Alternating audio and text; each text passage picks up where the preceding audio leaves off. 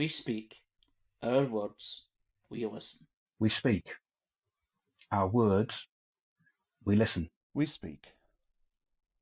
Our words. We listen. We speak. Our words. We listen. Short Introductions to is an Autistic Radio production for Autistic Radio. And here we're covering something new, something special, something I've been looking forward to seeing the first issue come. Autistic Revolution. I've been waiting for this, you know. This is what we need. This is the positivity in a different form, a media where people can show their work, they can express the positivity about their autistic identity. I'm a big fan straight away from issue 1 today, and I have with me Laura Hellfeld and Jennifer Huffman, the instigators, the people behind it, the people with all the skills, all the things that we wish we should have done, but they've done it. Hi guys, congratulations. Hello, and thank you. Hello, thank you so much for the lovely introduction. Oh, I really tried to express how I feel about this because I'm really on your side. I really want. We appreciate that. We're not really sure how we pulled it off, but we are so glad. We're glad to be sitting on this side of it. I think it might be a bit of autistic tenacity. I would agree. Absolutely. And thank you for sharing in the joy. We're all up for revolution here at AutisticRadio.com. We're looking for a different way of communicating with each other, and we're trying to create some kind of equality amongst us and the professionals and open up subjects that are difficult. What's nice about what your guys are doing is you can sometimes be on the more light side. Yeah, you can express people's humor, you can express people's fun rather than the struggle porn that we get from the other places where our identity is looked at. Absolutely. And I think that's really important part of this. We're hoping that comes across. Yeah, I think because we're complex human beings like everybody else, there is the autistic joy. And then, yeah, we have hard times, but we're hoping to showcase that whole range. Yeah, that's lovely. Light and shade. So often we're described in negative ways, and maybe what you're doing is fitting with the change to defining autism by its positives and its strengths. I think that's how we viewed it. There was a time, Jules, when it was actually going to be called Autistic Evolution. And as the first team was kind of talking through on the Discord, it really was clear, no, this is a revolution we're talking about. And it just stuck. And from there, that really is the focus, helping people, not just helping, making it clear. We're not going to tolerate being viewed in just the negative terms. It's time to understand us in the complete way that we are. Absolutely. And I think we also realize, yes, we hope to come up with like what you're seeing today, this first launch issue, but that idea of the, like going off of what Jennifer said, with it being revolution, we hope it's a movement. And we hope it adds more people in as we go along. Now, the autistic community has not been historically very good at jumping behind a movement or jumping behind a leader. It's a very fractured place. But what you seem to be doing is an overall umbrella bringing us together, and that's really special. I will say we've had conversations. There does seem to be there's a lot of division, and that pulls us apart. We have to come together, and we were hoping that in this way, we are showcasing everyone's differences. We need all the variability of the things that we do well to be showcased so that becomes clear that we don't need one autistic voice. There needs to be the totality of us being able to share our vision. That's one of the things I really liked about the magazine when I had a scan through it, and there's so many different sections. So I'm not that interested in film. Like, I'll watch a film, but I don't, it's not my thing. But there was stuff like about food, there was music, there was art, there was all sorts. So there was something for everyone in there. And I was quite surprised to see a section on food. just because it's often a really tricky area for autistic and neurodivergent people. So I thought that was quite brave. That might turn out to be the only like controversial bit of the magazine, but it's a really varied publication. There is literally something from the for negative, everyone only in really there. ever telling us that we're doing it heading wrong. up the food and eating. And again, one. there's definitely things we need to talk about. Understand that are I totally difficult. understand where you're coming There's from. a lot of fun and that I think we that's have with why it it's as in well. there. Is because food and eating is such a part of our day to day. Like the same foods, and our it's favorite usually foods, discussed and the joy again with it as going into well. that. I'm hoping to bring again that like total vision to it, that there's all the emotions with food for us as well, just like anybody else. I think there's a lot of issues around food that are to do with sometimes to do with our difficulties that get very serious. But there's also a lot to do with food which would improve our health and allow our brains to get the best out of our lives. So it's both a cautionary subject, a pleasurable subject from the sensual point of view, and then also an absolute health benefit subject. And sometimes one of the ways that people can save money is by learning new dishes and new food items. So it's all in the autistic sphere, isn't it? It's going to help us all. It's a lifestyle part.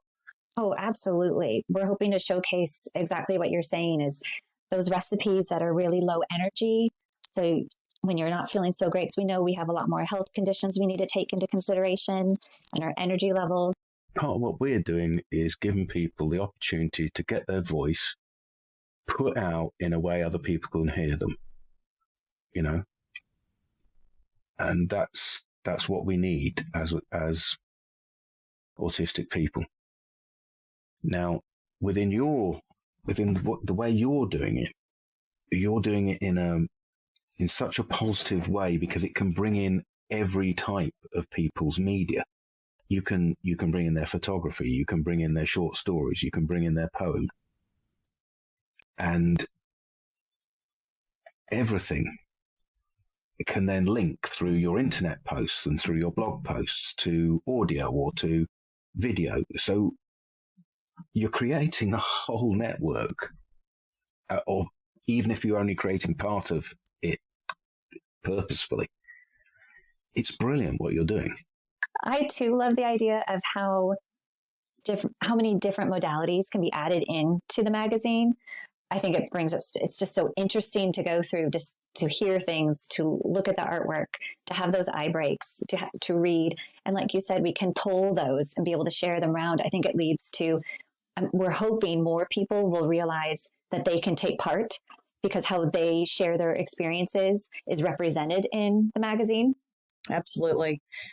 We also made a very conscious effort to include neurodivergent, not just autistic individuals. We know that a diagnosis, even somebody feeling comfortable to self-identify, is a privilege. We didn't want to be exclusionary. So there may be people that are reading this for the first time and saying, wow, this really sounds like me. So whenever we could, even though it's called Autistic Revolution, we really did make the point of trying to be more inclusive to individuals who feel different, socialize differently, whatever that may be. So we also hope that the magazine captures that as well. I just put a thing in the chat about a neurodivergent friendly e-cookbook project that somebody's doing. It's like I found out about this in a private group, but I think it's okay to share the Instagram account for it. It's at bigorange.eats, and it's like neurodivergent friendly recipes. So not in terms of like restricted ingredients or anything, just in the way that it's formatted.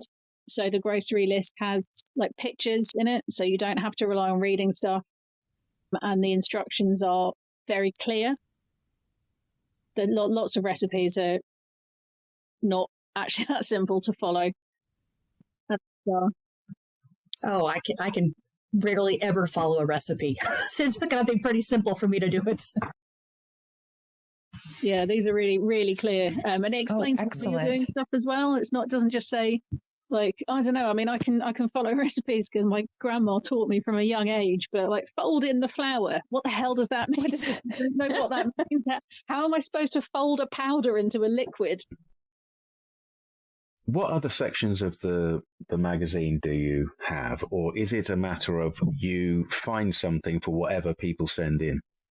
We have several different sections that we know that we will have, and we already have submissions for those sections. That may be, as Laura said, the food section, but there's mental health and well-being. There is family, reframing families. That's what Jenny's section will be called. There will be an education section. We will always keep an art and music section. We have lots of submissions for that already.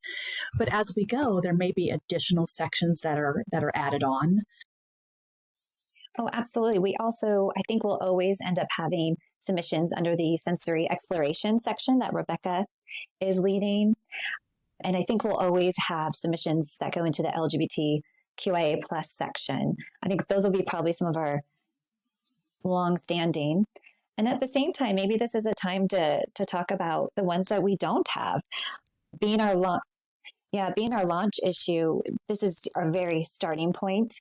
And our vision is to keep expanding. And we very much recognize that as of right now, we are representing quite a wide range of autistics, but at the same time, we're actually missing quite a few.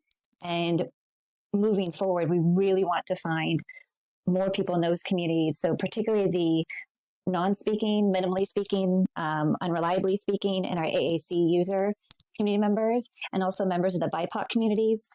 We don't really have as much collaboration or submissions from those communities. So we know that moving forward, that's a real big goal of ours, is making those connections and building up those pages. Because it's really, we can't say we represent the autistic community without having that full representation.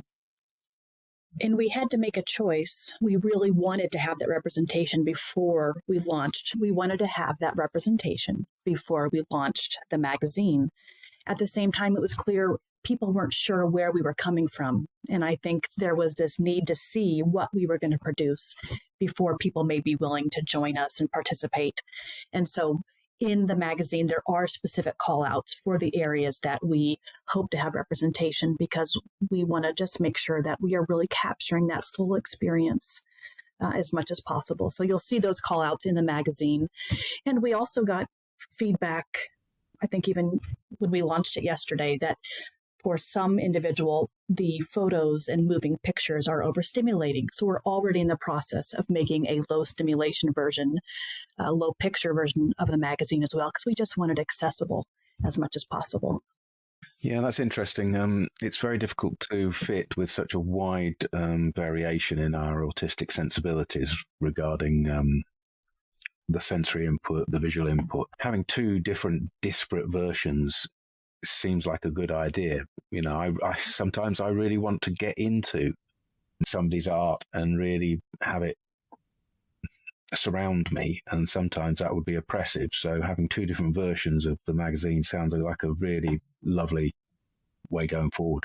Absolutely. And our dream, if we can get the funding for it, it would be a web page where we would like it to be where each person looking at Autistic Revolution can make changes themselves, either to font, to the background colors, again, to these images. And we did a poll, gosh, when was it, Jen? It would have been months ago, where, who knows, maybe a year ago, where people voted that it would be easiest to look at Autistic Revolution actually in a blog style, in order to probably reduce having to flip through areas they weren't as interested in, or maybe were a bit too triggering at the moment. So again, this launch issue is really what we're able to do right now. And we're really hoping to move forward, and funding will come in to where we can make this as accessible as possible down to each individual. I remember, Harry, you had various things that were art forms in the past. You wrote some stuff, and you also did poetry. Would you consider putting something online at Autistic Revolution? Is that something that would interest you? It would interest me, yep, of course. It's not something I've done for a while, but if there's an incentive or something to do it for, I'd certainly be up for that. Thank you. But what I was doing while we were having the discussion was looking through the magazine.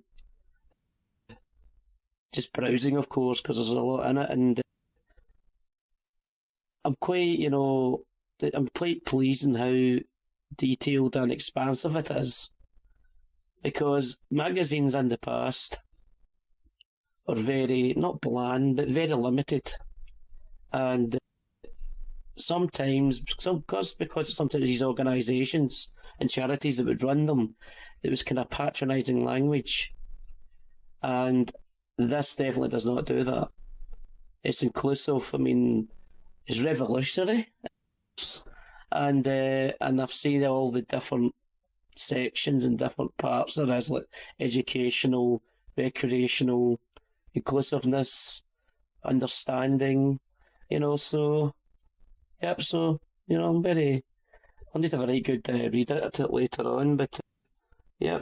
I'm actually I don't want to say I'm very impressed. I don't mean like that, but what I mean is it's nice to see it. And I appreciate you saying that. Yeah, I appreciate that. We want it to pique someone's interest and have them look, and they're not going to love everything in it. But if something resonates or appeals with each person, I think that's wonderful. I think there's something in what Harry said there that's leading me towards this. Because he said, when he reads it, it doesn't seem like it's coming from the outside. It doesn't seem patronising. And we've all seen the things that charities have, tried to do in the past and not really pulled off. What's your relationship to autism? So I will tell you, first of all, this whole vision was from Jenny Loughran. So this came 18 months ago. And so what you're talking about in terms of the vision, she drove that vision. So she has been very involved with making sure that anything that got into the magazine was always neurodiversity affirming, was really coming from the inside. So exactly what you're talking about. For me personally, I always knew I was different when I was a child. I'm now 51, and lots of learning differences in school, lots of social differences, huge, significant history of bullying. And was just fascinated by people because I didn't understand them. I probably was using the phrase as an undergrad, so this would be in the 90s. I was already saying people got a manual that I did not get. Just kind of knowing that, I then went into graduate school, and I went into graduate school in neuropsychology because I knew my brain was different, and I was trying to figure out, why is my brain different? And the brain was essentially my specialized interest. And got into graduate school. I opened up the DSM, and this is where we have our diagnostic criteria for autism, and at the time, Asperger's. I read the criteria, and I knew instantly, not only did that describe me, it described my grandmother and other members of my family, and it was literally like a light bulb. Like, this is absolutely who I am. After that time, I really also specialized in not only working with kids, but I worked with some autistic children when I first started graduate school and absolutely loved it. And I connected with them, and they connected with me in a way that other individuals didn't connect. I then had 3 children. All 3 were neurodivergent and spicy in some way, very similar to how I was. And about 12 years ago, I'm now a licensed neuropsychologist. I specialize in autism, but I always knew. I knew at that time, and I would tell people, I'm somewhere on the spectrum. In the States, though, which is where I am, I'm in central Illinois. We're far behind the UK. And so about 12 years ago, I reached out to somebody in the United Kingdom to do an assessment of me. And I think I knew I was just looking for validation that I could identify. And they absolutely went through a diagnostic criteria with me. They used the RITVO, if you're familiar with that. That's the RITVO Autism Asperger's Diagnostic Scale, interviewed me, my husband, my young daughter, and said, absolutely, Asperger's is what we see for you. And so I do not use that terminology any longer, but so I've known for years that I am, it's what I do. It's why this magazine is so important to me, because I know I need this world to be different for my own kids than it was for me. And I'm hoping now that I'm 50, I'm going all in. I'm going to spend the rest of my life now making sure that I can move this dial toward that revolution of understanding. Fucking hell. Oh, baby. Oh, great. Oh, that was gold, man. That was gold. I'm going to sound process that, and I'm going to take just your autistically long paragraph. Do you free dive? How did you keep a breath there? And I'm going to give it to you as a present. And I suggest you link to it and you put it on the top of everything. You put it on the top of your CV. So after that, Laura, I've just heard, well, quite a story there from Jennifer. And now I feel absolutely obliged to ask Laura, try to just give your own feelings about what your relationship is to autism. For me, it's, I think, similar to Jen, of like the answer I was looking for a really long time. And when I was a kid, I would ask adults around me why I was different. I knew I was different. I was afraid to grow up. And I said that quite often because I didn't recognize it. Surely there was representation around me, but I didn't recognize it. There was no one out. And so I would say, I'm afraid to grow up. I don't understand how I'm supposed to do that. And I kept notebooks of of different peers that I would turn to and be like, they know how to do this. Like they somehow figured this out. And I would be about their clothes, their hair, what they're interested in. And that's how I would do childhood. That was through my teens. And then I really struggled and had burnout in teen years, young adult years. And there was just a lot of self-blame and a lot of feeling out of control. And then it wasn't until getting into adulthood and then having children, and then my oldest also being autistic and really processing that and going, oh, but don't I do that? And oh, that's me too. So I guess maybe put me in the queue as well. What a pair. Yeah. And it's been an interesting thing. So I'm in healthcare and I've always loved working with everybody. I think every community is super interesting and you learn so much, but I've always, since teens, worked, volunteered. I've always been circling around the disability center and the LGBT plus center so that's decades. And I would say, I feel like I'm supposed to be here, but I don't really quite understand why. That kind of radar link thing, yeah. Yeah. And so, because, I get kind of like Jen of the times, the decades before and the education I got similar to Jen of, it was the medical model. So when I sat in my probably 1 hour of this is what autism is during pediatrics, it didn't sound like me at all. In some ways, actually, kind of the opposite of, well, my interests aren't disordered and, how I communicate with people isn't wrong. So this can't be me. But it really took that self-reflection in my adulthood of saying, I really want to be able to parent these kids. And so we need to be really open to who we really are and do it from there. So it's been a wild ride the last 10 years, I would say. Yeah. I'm in that kind of situation as well. I'm on a wild ride with my recent understanding of my autism. I think, Liz, you haven't been somebody who's known it from birth, have you? You've come to it relatively newly. Somebody was saying that it was like searching for it was like getting an answer. And it's like literally this afternoon I was doing this thing and they were like, what was it like coming to diagnosis late in life? And I said it was like getting the answer to a question that I'd stopped asking because I just didn't think I was going to find out. I was like, is it, I didn't quite get the DSM out of the library and go through with a red pen, but I almost did. And you're like, oh, is it this disorder? Is it this syndrome? Is it this or that? And you're like, do you know what? I don't know. I don't know why I'm different. And I just kind of stopped looking because I figured I'd never find the answer. And then I found it completely by chance.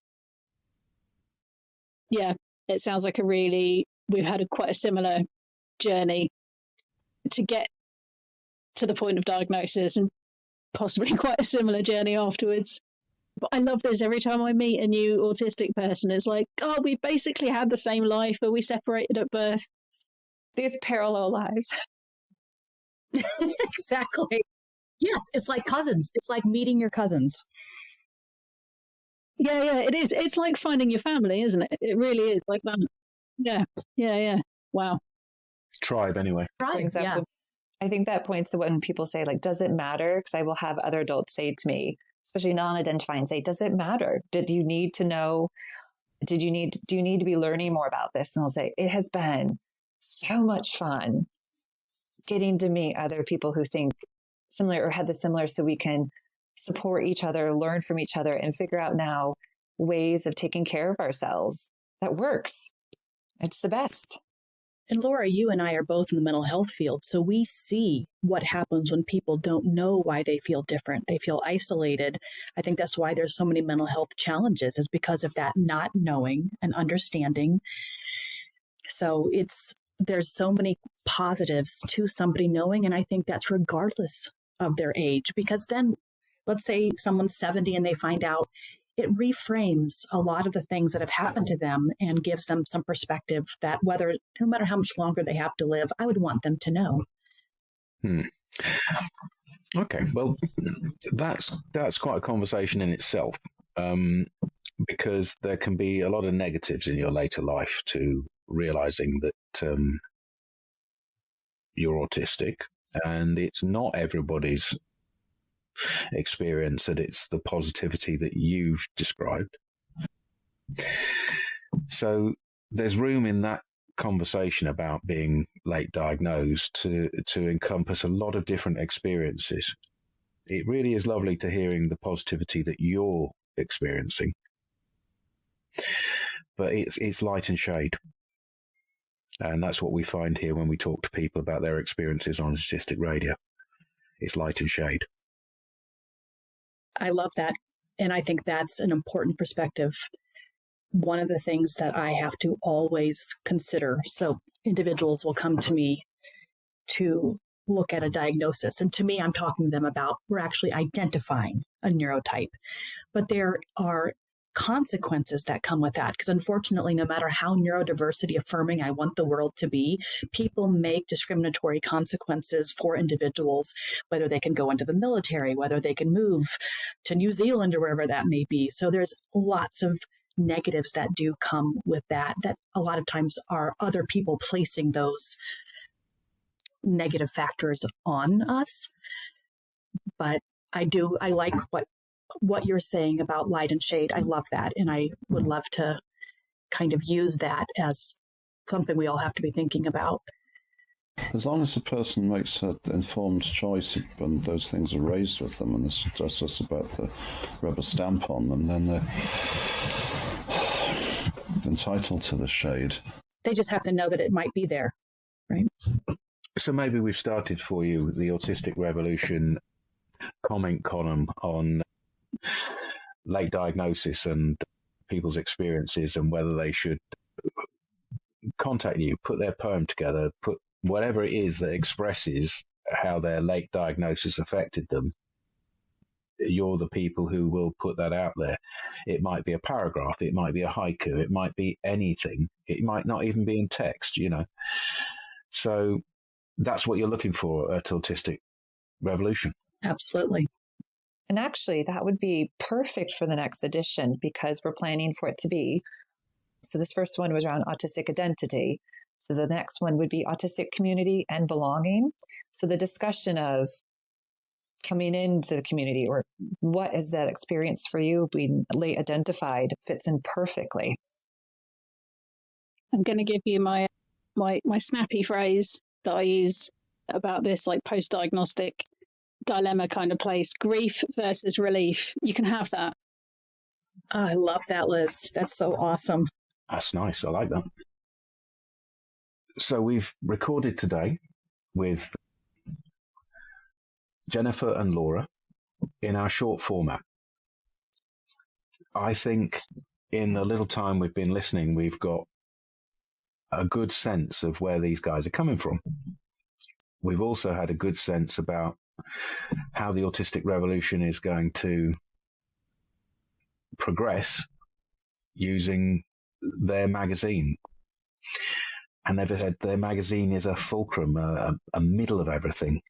Different forms of art, different forms of controversial thought, whatever comes to your creative autistic brain. Identity. Yeah. All of those things we've been hearing about. And so that's what we're going to be seeing over the coming years from Autistic Revolution. Up the Autistic Revolution and Autistic Radio, and the people who work with it would like to just say, fucking do it. Great. Round of applause for these guys. Thank you so much. We're just going to keep at it. We're not sure what we're doing, but we're heading somewhere, right, Laura? We're just going to keep going at it. Absolutely. It's the one step at a time. Short Conversations With is an Autistic Radio production for AutisticRadio.com. We'll be joining Jennifer and Laura again and be discussing the first issue of their magazine, commenting on what they say in their podcast here on AutisticRadio.com. So we'll look out for that soon. Thank you again, guys. Thank you. Thank you so much. Yes. Thank you for the invitation. Thank you so much for having us. Thank you so much for having us. Thank you so much. Yes. Thank you for the invitation, and thank you for your kind words. We look forward to talking with you again soon. I love the positivity of what's been said and how the magazine's been described, and very uplifting. And I thank you for that.